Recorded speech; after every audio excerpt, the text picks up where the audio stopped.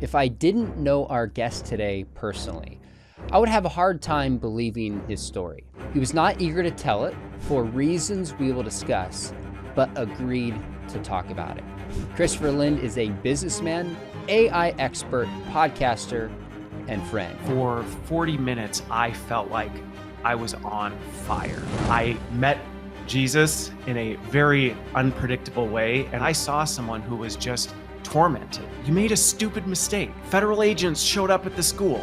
Christopher, thanks for coming back on the show. Thanks for having me back, Sean. I'm looking forward to it. Well, before we get into some of the details of your story, maybe lay out kind of a 30,000 foot perspective so people know where you've been and where you are now. Yeah, it's definitely not a story you'll find if you glance at my LinkedIn or something like that. So the 30,000 level view of it, and then we'll get into it, is I grew up with a biological mom who herself and her family were involved in the occult. I met Jesus in a very unpredictable way and was then almost talked out of it by a pastor. I ended up then growing up in what I would call American evangelical culture, which sent me on a really weird path that almost ended in me ending my life. And then I have walked with Jesus in very strange and unorthodox ways the rest of my life and have just been following him. So it's a pretty crazy story, to say the least. So why have you been so reluctant to share your story? Well, like you said in the intro, some of it is just there are elements of it that are very personal. And people who follow me know I'm very open and vulnerable. But there's some sides of it that are like, I just don't know how people are going to respond to it. It just seems almost too far out there. I think the other thing is I recognize people have a lot of just perceptions and perspectives, and it's been shaped by a lot of different things. And so when you hear it, I don't always have the luxury of being able to go into the details and the context to actually explain it in a better way. And, that can lead to people making really wrong assumptions, making judgments about not only me, but I think of even my own mom, that I would go, I wouldn't want her represented or thought of that way. So it's just a very personal story that I typically only tell to people where I have opportunities to share it in context. I could see that it's personal and public in a sense that you could probably get a lot of criticism from people who will see this and think you're crazy. Business-wise, some people could maybe pull this up potentially and go, do I want to work with somebody with this backstory? I mean, just these days, people do that. Very fair. That was only secondary to you. The most important thing you said is, I just want to honor my mom and my family. You're not selling a book. You just really were reluctant to do this. And I encourage you to pray about it. You did. So let's dive in. Let's just go back to maybe tell us about your family growing up, where you grew up, and maybe some elements about it to help us understand. Yeah, so I moved around a bit when I was young. I originally grew up and was born in Colorado. We moved to Minnesota. And what was strange, and again, the occult thing, I didn't know until I got older. And then all of a sudden things made sense. I went, oh, that's what that was. But even kind of unorthodox, unrelated to that, my dad was a funeral director. So at a very young age, I'll just say I was exposed to evil, is the only way I can describe it, and mortality on a regular basis. So despite having also what I would describe as kind of a boring childhood, and again, people are like, boring? Those things just seem to not make sense. But honestly, there were these extreme, strange personality shaping things. And then there were also some of these just normal, well, my mom took me to school in a wagon. I don't know how those two fit together. You mean a station wagon, or do you mean a wagon? No, just literally a little Red Ryder wagon that I got pulled to school in. So that's where. Oh, got it. Yeah. You wouldn't expect that. You go, but I thought she was in the occult. I thought, it was going to be like this Hollywood-esque head spinning type thing. And you're like, there were frightening, terrifying things, but there were also very normal human things about her as well. That's really important for people to see. When they think the occult, they're thinking nonstop, 24/7 stuff we see in the movies or elsewhere. Yeah. But most or much of your life seemed normal. But there Yeah. were these pieces you described that were like, wait a minute, this is not normal. But growing up, before we get into some of those, it Yeah. probably felt normal to you. You didn't know any different. Is that true? Yeah, I mean, even as I got older and would talk to people about, the multiple attempts of people trying to kidnap me, to me that was like, oh, that like happened to everybody, right? Like Jacob Wetterling got kidnapped. I experienced it on multiple occasions almost. Like that's an everyday occurrence, isn't it? And people would just look at me sideways going, "What?" Like, no, that's not normal. And so just yeah, there were just things like that were very strange. And then there were things like, oh, we had a block party for my 5th birthday and I got a bike. Okay, right? That's sounds pretty normal too. So yeah, it was normal and abnormal all in the same way. So maybe let's walk through some of the things that were a Sure. little bit abnormal. Some of the things that you Sure. look back now and realize, wow, that was not a kid's normal upgrowing, so to speak. So since I mentioned the kidnapping one, I'll talk on that one quick. Okay.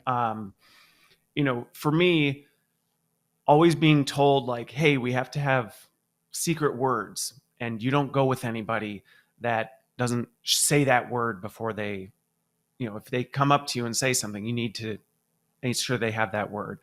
And to have experienced multiple people say, you need to come with me. Your parents said that you need to come with me. And then I would say, well, what's the word? And they wouldn't know. That was not that unusual. I remember a time at a park where people that I thought I recognized tried to pull me into a van and I ran home and my mom came out and just looked at them and they took off. So there were just those that at the time I was like, oh, strange. I think though some of the going back to just some of the terrifying evil I experienced that I didn't make sense of it until later was my mom, like I said, most of the time was totally normal-ish. I mean, she's a character, but she was a normal person. But there was personalities, and that's just what I knew, that mom isn't here anymore. And I knew I had to go. And I would have to hide in my room and barricade the door shut because it was not my mom. Now, Mm. as a little kid, I didn't know, I have words for it. I couldn't explain what it was. I just knew her voice changed, her personality changed. She didn't respond to her name anymore. And she was a terrifying human being. Mm. But to me, it was just, I just thought, well, sometimes parents just lose their minds and kids just know you need to go hide in your room and Mm. lock the door till they start responding to their name again.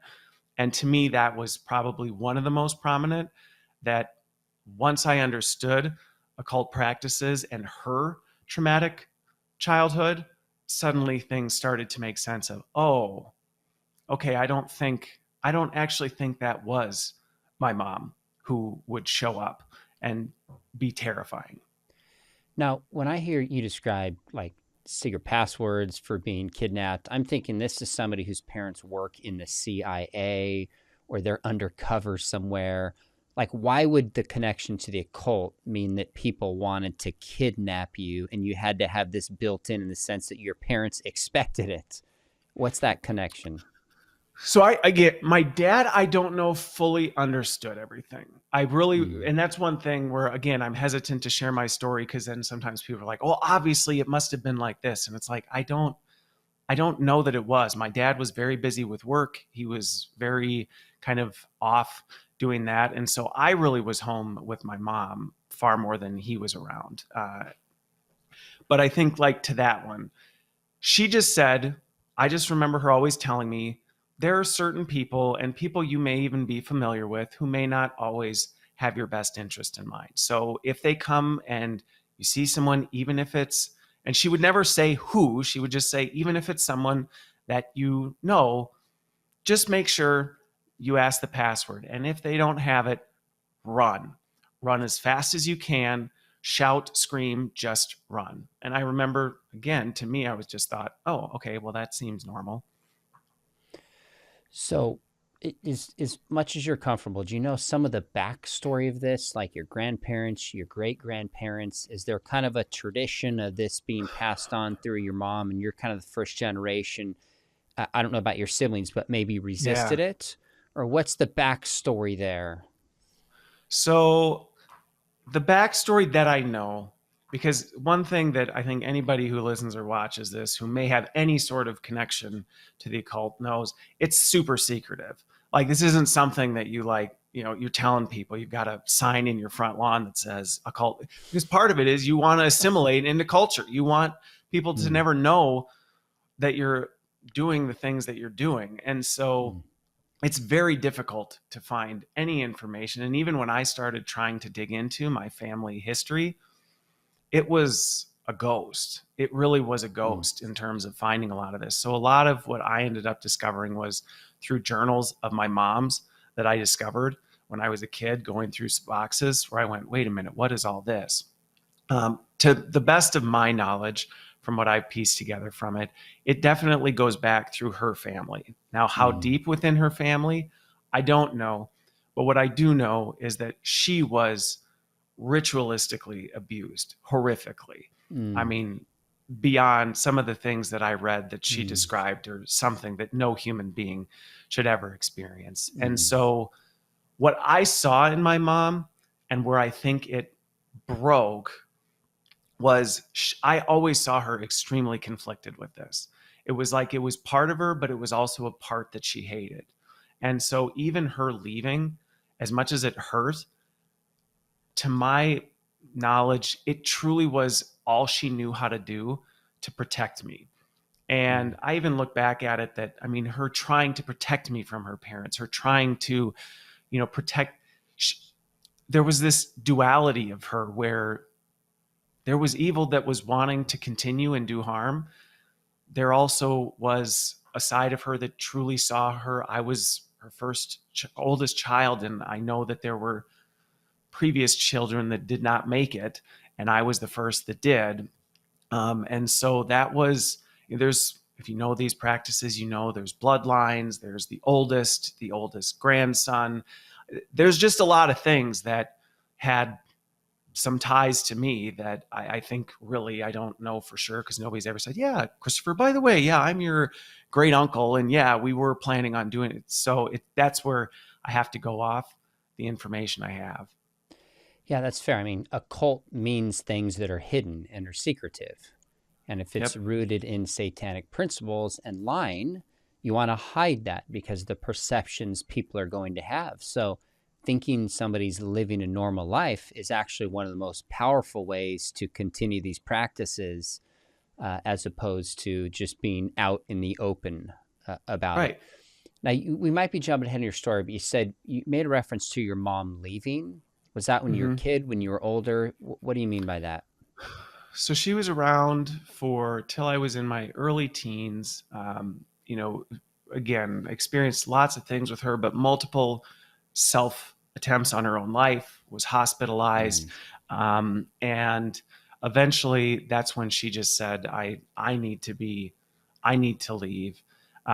She was still close to our family ish, and I would see her regularly, but it still was very, whether I knew, and we just, again, these were things that to me just, I didn't put them together till later, but there would be times where I was supposed to go see her for the weekend. And it was almost like she knew something was coming, and it was like, you can't be here this weekend. And so that was just, again, routine where it was like, okay, well, I guess mom's either not going to be around this weekend or mom's not going to be around this weekend. And so ultimately I lost contact with her, in my mm. late teens. Did you ever have friends come over who just saw stuff and you feel like I've got to cover this up and hide it and it's kind of a family secret? Or did that not really come out as your kid growing up in any different ways? When I was young, I don't know that it really came out in any ways. Mm, She was very good at hiding it. And again, there was almost just this, and I think a lot of it was just, oh, well, she's mentally ill or she's tired or things like that. And so even our family just had a practice of knowing like, oh, well, mom's not doing the best. We can't have our plans this weekend type of a thing. So that, as I got into my teenage years, she was just so conflicted and so torn because all of this started coming out for her, that she was in the hospital in and out so much that I think people in the community just went, we don't really know what's going on, but whatever it is, your mom's not doing well. And at the time, I still was just starting to discover what was happening. And so to me, I just thought I had a very sick mom. Hmm. Now, obviously, your mom made choices and she's an agent, but also was the way you described, we don't have to go into any detail about this, but just ritualistically abused. Do you view her as just being a victim of a lot of forces? Like, how do you make sense of that in your mind between being an agent who can choose, but just forces and family members clearly tormenting her in a way that she wanted to escape from at times? How do you make sense of that tension in your mind? So it's definitely changed as I've matured in my walk with Christ. I think when I was very young, because I would have some of these very happy memories with my mom, I really almost completely dismissed accountability for some of the really scary parts of her. And just kind of went, like any kid, you just want your mom to love you and you want her approval and whatever. And so I kind of just completely glossed over the scary side. I think as I discovered the scary side and really started processing my own grief and the effect of my childhood trauma on me, I became very frustrated and angry and kind of resentful of her. Not necessarily what she went through. I still had empathy for that, but I became very resentful of, yeah, but continued it. Like, you affected me and our family and my life. And I think then as my walk matured and I really started to understand the power of evil, I think it's become more of I really feel bad for her. I hold her fully accountable for what she did because I see her agency in it, but I also saw someone who suffered horrifically, and my heart actually just breaks for her. I pray daily that God would show her the freedom that he offers to her and that she could break free from it, because I saw someone who was just tormented, truly living hell on earth. And that, you can't look at that and go, what a terrible, regardless of what you've been through. At least I can't look at that and just have a cold heart to it, because she truly experienced hell on earth, and that shapes a person. And so, like I said, I still hold her accountable, but I've forgiven her. I love her, and I pray that she can experience true freedom from the pain and the horrors that she lives. What would you say to someone? I'm curious that this is an apologetic channel. I love telling people stories, but I know there's people watching, including some Christians, who would probably find it hard to believe what you described about your mom. Yeah, Maybe it was, I mean, I don't know the medical term, but maybe someone would say it's schizophrenia or bipolar, or there's some other medical condition why her personality, sure. multiple personalities shifted. What convinces you that there's not just a physical, naturalistic explanation, but genuinely something supernatural was going on? So, to the Christian and non Christian skeptics who want a naturalistic explanation for it, I get it. I Hmm. wanted one too.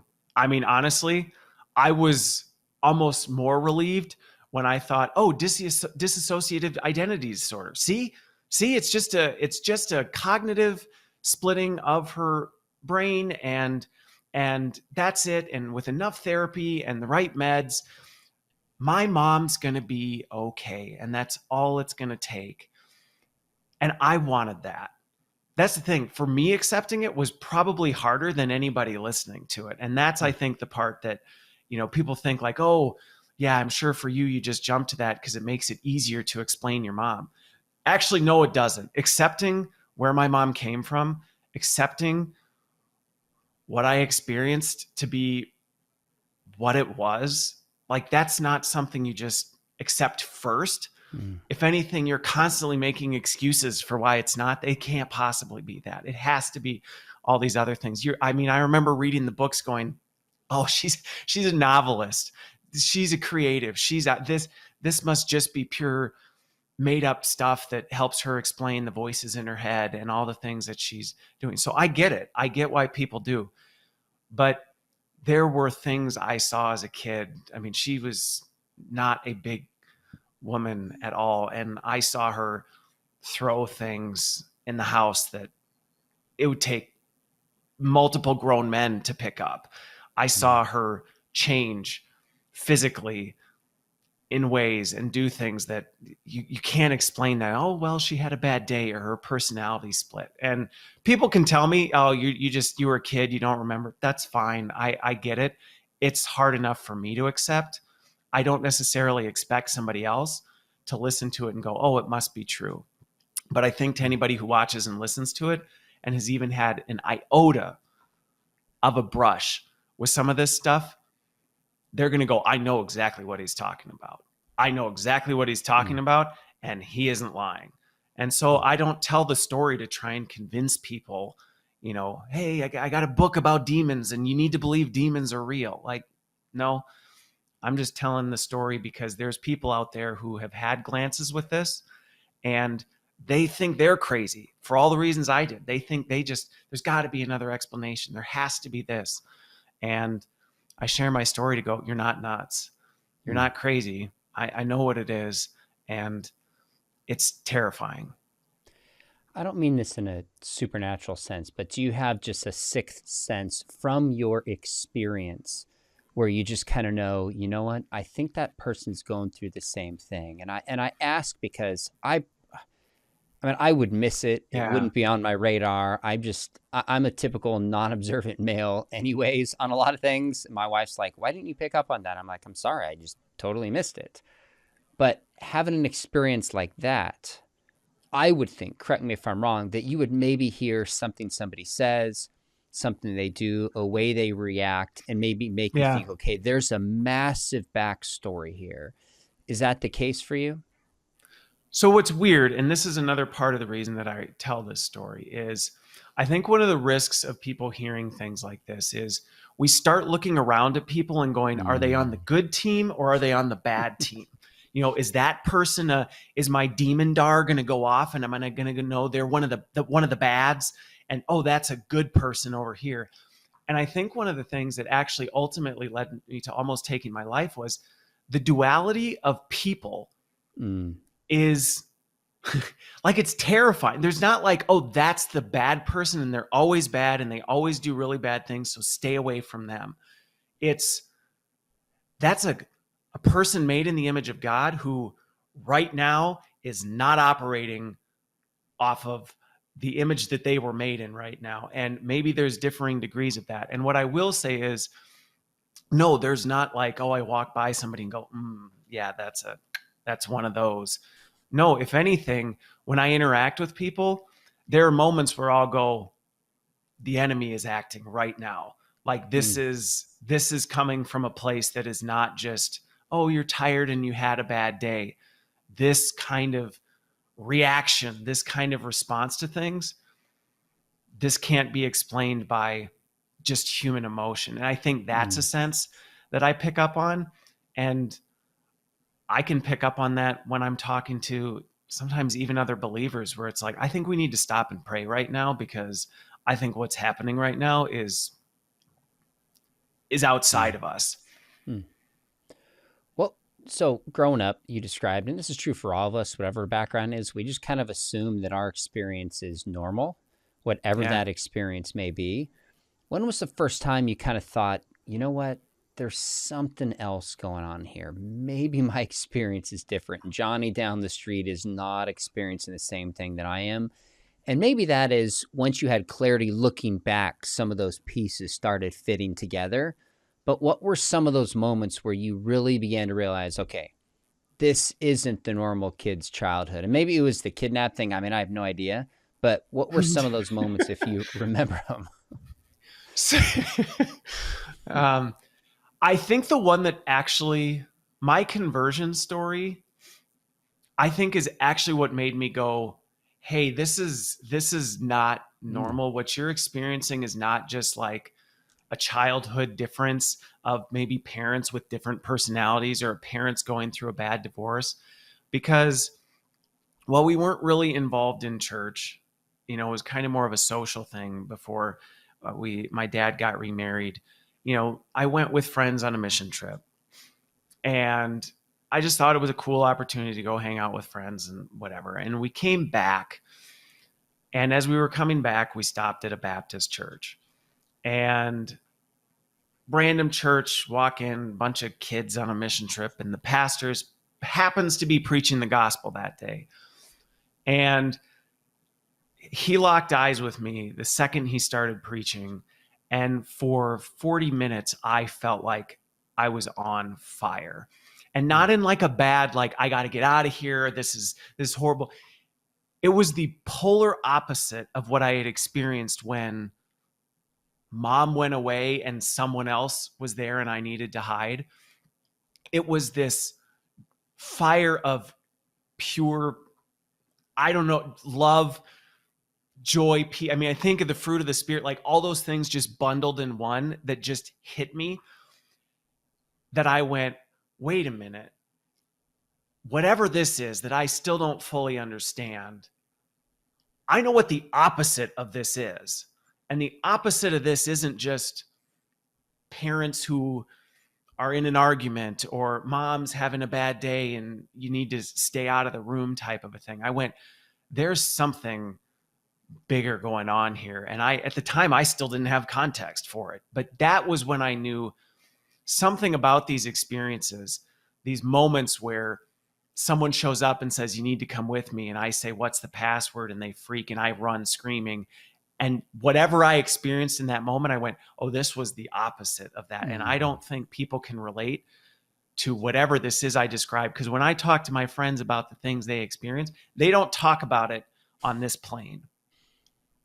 Okay, so I want to come back to that experience and unpack a little bit more. But one other question before we get there is, Christopher, maybe a year or two ago, I interviewed a 4th or 5th generation witch, and she became a Christian and kind of stopped the generational curse, so to speak, from one generation to the next. And she talked about, and others in this world have told me who come out of it, that there's a certain power that even though they knew it was evil, there was a draw to that power.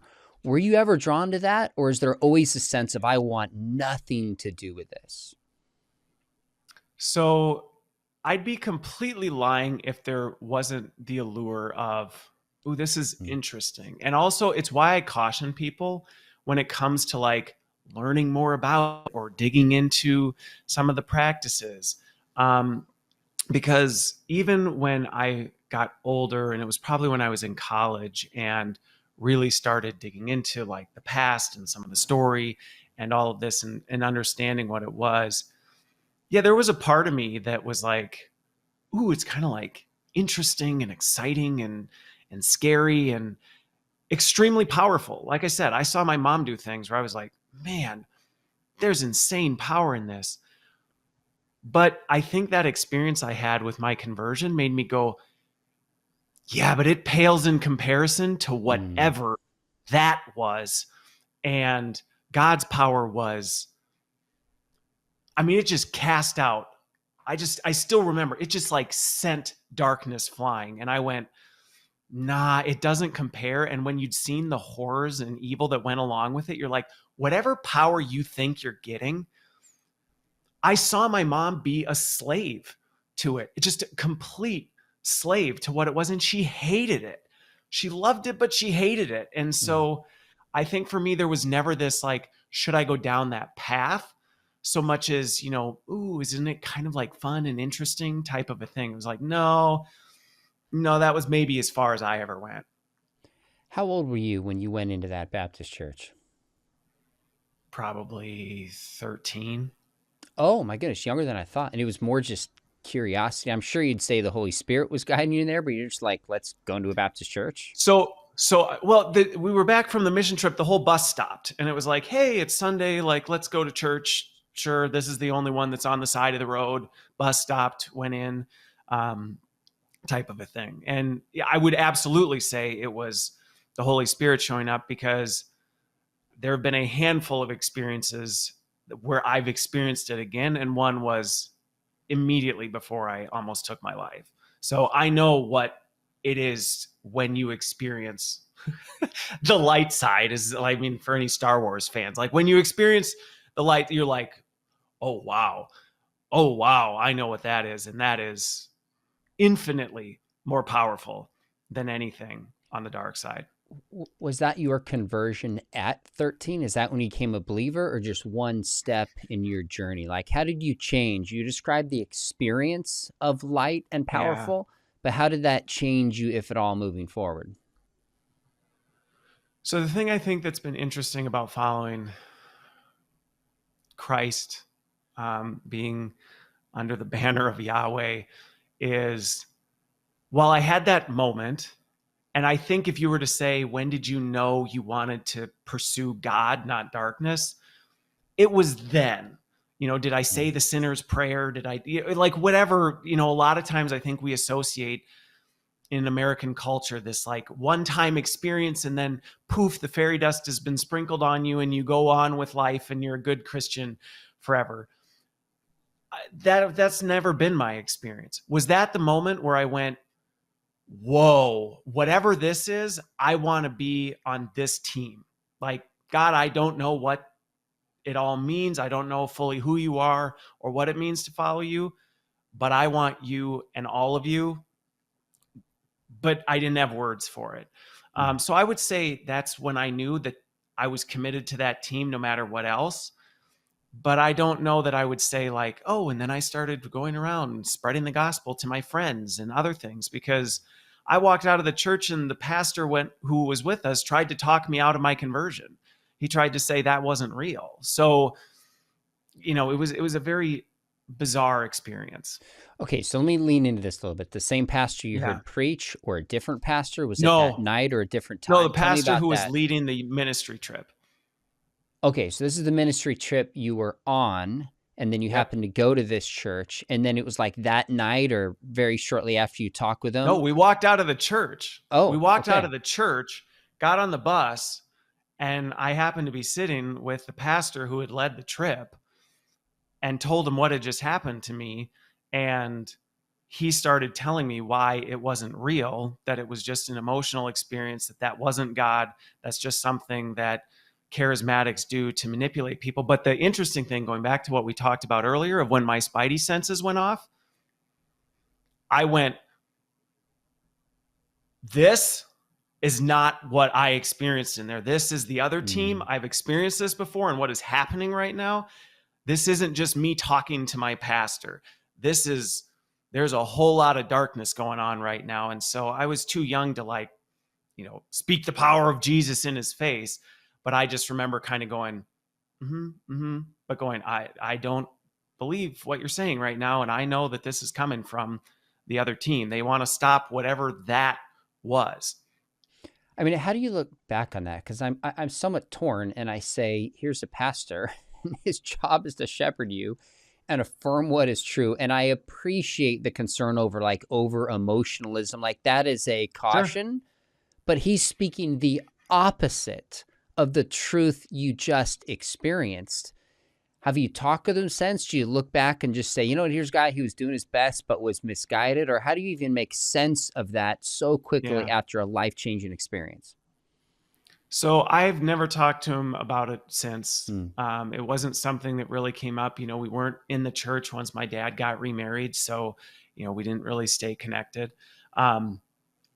But I think one of the best analogies I can compare it to, because again, do I think like, oh, if I said his name, you should ban his church and what, like, no, that's not what I would say. I think the best analogy I can think of is, anybody's seen The Matrix, and they know when Agent Smith just like zaps into somebody and does something, whether they're actually physically, and this is where people get all hung up on like, can you be possessed if you're, I'm not going to get into the apologetics of that. But all I can say is, do I think that well-meaning people who are going about their lives trying to do the right thing can be heavily influenced by Agent Smith in moments when God's trying to do something? Yeah. And do I think that they may not even realize that's what's happening? Yeah. And that's where I think to him, he probably just thought, I'm trying to, talk you out of what seemed to me was a charismatic, whatever experience, and where that influence came to sit next to me after church when he didn't know what had happened and suddenly just start talking me out of the experience. Like, to me, I was like, this is bigger than just a pastor who, randomly did that, whether he's aware of it or not. I do appreciate that thoughtful, gracious response, because I've worked with students over 2 decades, speaking, teaching, counseling, different capacities as a parent. And I'm sure there's times like that I completely missed the boat and gave the wrong advice. So being able to just step back from that and have grace towards people, but also say there's real spiritual forces at work and not losing that to protect ourselves. I think we can have both of those. Now, you mentioned I think earlier, on that, the other thing I would add to it is, I think this is also why we sometimes have to move away from this Hollywood-esque, only sinister view of how the enemy plays, because it's easy to think, oh, I'm only hearing from, the enemy trying to influence me when it's pure wickedness, like when I want to, do something horrible or whatever. And it's like, there are times he's just a deceiver. He just wants to rob, kill, and steal. Like, that's all he cares about. He doesn't have to show up in this evil, sinister form. And that's why I think the Bible talks so much about why you need to meditate on my word day and night and be in it with me at all times, because you may be doing something that seems totally innocent, but you suddenly just get this push to go, you should do this. And it's not sinister, but you just go, okay. And you do it without first taking that to God and going, wait a minute, is this something that God would actually advocate for? Is this something God would actually stand behind the actions I'm about to take? Because it may not be, oh, go kidnap this kid or go talk this person out of their conversion experience. It might be, hey, I need you to just go do this. And you just kind of, oh, okay, fine. And you just mindlessly go through it. And I think that's where we sometimes miss the mark. So Satan is a liar, a deceiver, and the best lies are subtle lies that just, in a small way, twist the truth. It's the most persuasive. We see that in the garden at the very beginning. Did God really say? Just a subtle question to throw him off balance. But Satan's also a murderer and wants to kill. And consistently, when I've been able to talk with people who came out of the occult or their family there's often a moment where it's like, I just want to take my own life or end somebody else's life. You describe being at that point. What happened and what took you out of taking your life? So I had my, what I would say, conversion experience. I experienced God in his full glory. And then I mentioned my dad got remarried to what I would describe as an American evangelical, right? All that comes with that culture. We started speaking Christianese. We did the American Christian thing. But what was always hard about it was going back to what I said about my childhood. 90% of it was totally normal. And so here I am in this new evangelical Jesus world, and it's honestly not really any different. We go to church on Sunday, we say the thing when we're around people, we speak in Christianese, but our lives aren't necessarily notably different. Like, wow, they're living completely differently. And that was hard for me because I went, okay, this thing I experienced in this Baptist church was like real and on fire and life transforming. Now I'm in Christian culture, and it doesn't really seem like anybody in this culture is really all that transformed by it. Seems like they've all said, okay, yeah, Jesus died and raised from the dead for my sins. Got it. Like, I passed the test. But then they just go back to living their life like everybody else. And I lived with that for the rest of my time home. I went off to Bible college. And that was a very similar experience where I went, Mm. okay, I'm around a lot of people who speak Christianese and, vote a certain way and say like they do the things that Christians do, but I'm not necessarily seeing this life transformative force that I experienced. And that was really hard for me. And granted, God brought people into my life at just the right time to give me a glimmer of hope where I was like, oh, that person, like I see it, I sense it. I just Mm. feel that God is driving their life. They are fully in tune with it. So there was enough there to kind of keep me moving forward and not lose hope and not lose faith. But I had a crisis of faith towards the end of my college career where I just went, like, what is this? Like, God, what is this? Like, I experienced you. I don't see you anywhere. I'm not feeling you anywhere. I don't see you transforming lives. I see the brokenness. This is when all of my stuff just started coming out. And I started really realizing the horrors I'd been through and the trauma that had had on me, Mm. and didn't know how to process it, and then didn't know how to process it around a bunch of veneered faced people who said everything was always great and I love life and Jesus is good. Nothing ever goes wrong for me. And so I had nowhere to turn to go, that's not my experience. It sucks. I experienced horrific trauma and people are broken and everywhere I look, I see fallen people, but we all seem to be completely blind to it. And one night I just said, I'm done. I can't do this, God. And I remember again, that presence, the dark presence showed up and just was like, see, the pastor was right. It's a fraud. It's not real. It's all just another version of the same thing that you saw as a kid. There's just varying degrees of how much people are faking it to go through life. And I started to believe it. And I went, you know what? Maybe you're right. And if that's the case, then I guess my only hope is just to be done. And I still Mm. remember the voices saying, yep, you're right. You're worthless. There's no point. It's never going to get any better. It's all a fraud. Here you spent the last few years. You thought you had this experience and you were going to experience something different and it's not real. And I walked all the way over to a bridge. I pulled myself over the edge. I remember counting the cars underneath and timing it. I was a math geek, so I knew exactly how to time it so that I would hit right when the car was in front. And I just remember being encouraged along the way. And that white presence showed up again. And it didn't say, no, don't do this. Like, no, go. It wasn't that. It was just God's glory in all its majesty. And it was like a flash, yet it felt like 1,000 years. And it wasn't saying, you're wrong, you're doing it bad, you're not following me right, you're screwing it up. It said all the pain, all the hurt, everything you're experiencing, the duality of this, it's real. You're right. You live in a broken world, and it breaks my heart how broken this world is, but this is not what I want for you, but the choice is yours. And that's the best I can describe what happened. And I just went, okay, I'm not. I still don't know what you want from me. Like I didn't suddenly and God revealed my whole life plan and then I knew where I was going.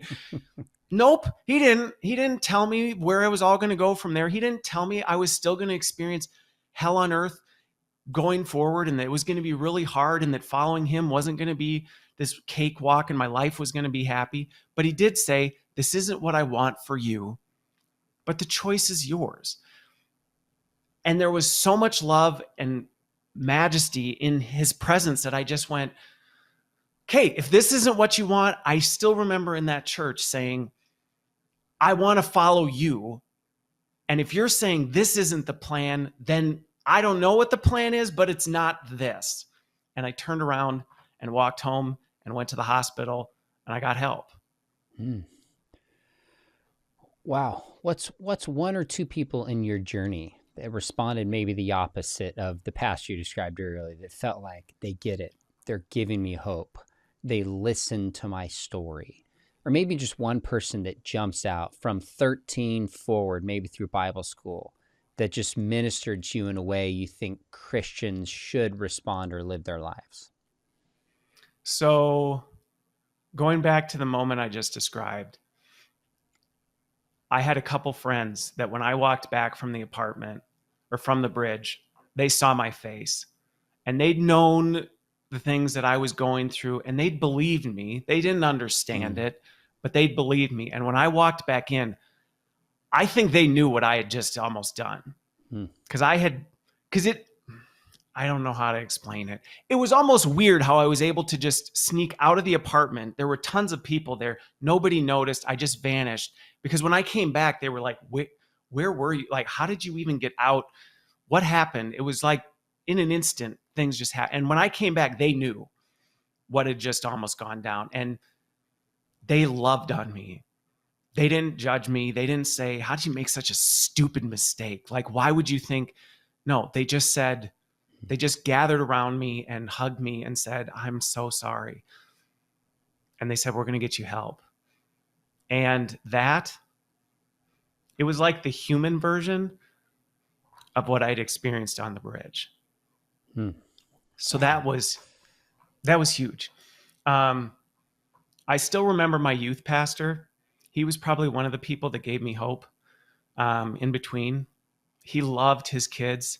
He loved Jesus, and he was so genuine. And I remember I just wanted to be around him whenever I could because he just exuded the light. And whenever I read the Bible and I read these versions of you'll be a light to the world, you will be a salt, like people taste it, they see it, they feel it. And I remember my youth pastor, he was one of those people where you just went, there's something about this person that is completely different and inspires and gives me hope for whatever it is in all this brokenness that I'll go forward. And there were moments in college where I made some really stupid decisions. But I had some professors who went, I know who you are. I know what you've been through. And I love you despite your mistakes. I love you. Like, I'm not judging you on it. Yeah, you're accountable. I'm going to hold you accountable. You made a stupid mistake. Federal agents showed up at the school. Like, we can't just look the other way. But I love you, and we're going to work through this. And so I think those are some of the people who, as best I can say it, Jesus was living through them, and I felt it. And they were those moments that I needed in between. I'm tempted to ask a story about the federal agents, but we'll let that one go. Maybe that's for another time. That's for another time. You have 9 kids, right? Isn't that right? 8 kids. Okay. Your 8th was born, I think, shortly after we had our last interview not long ago. Yeah. Do you talk to your kids about this? Are you going to let them watch this interview? How do you process your backstory with them? So as they get older, my oldest is 13. I'm extremely open with my kids. I mean,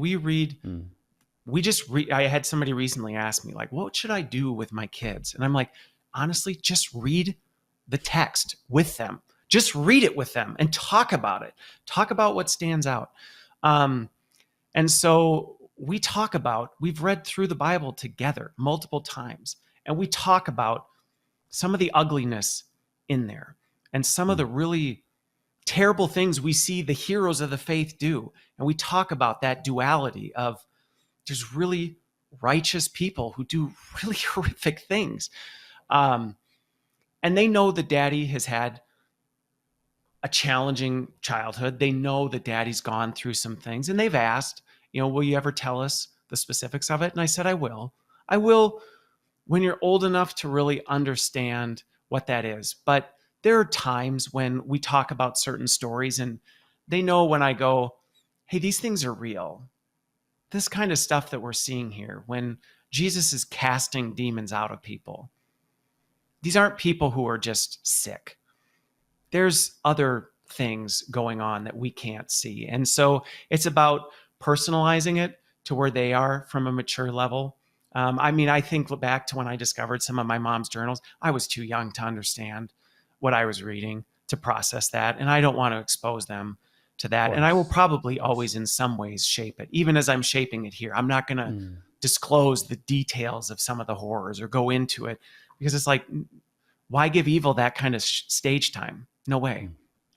I love that approach. I know there's some people probably thinking, why don't you probe into how did your mom practice the occult? What did this look like? And that's just somebody else's story to tell. We don't want to play into that. But I do have a final question for you. You mentioned losing just contact with your mom since you were a teenager, so it's been a couple decades plus. There's obviously a chance, given that you shared your story public, that she would come across this and maybe watch this. If she happened to, what would you want to say to your mom?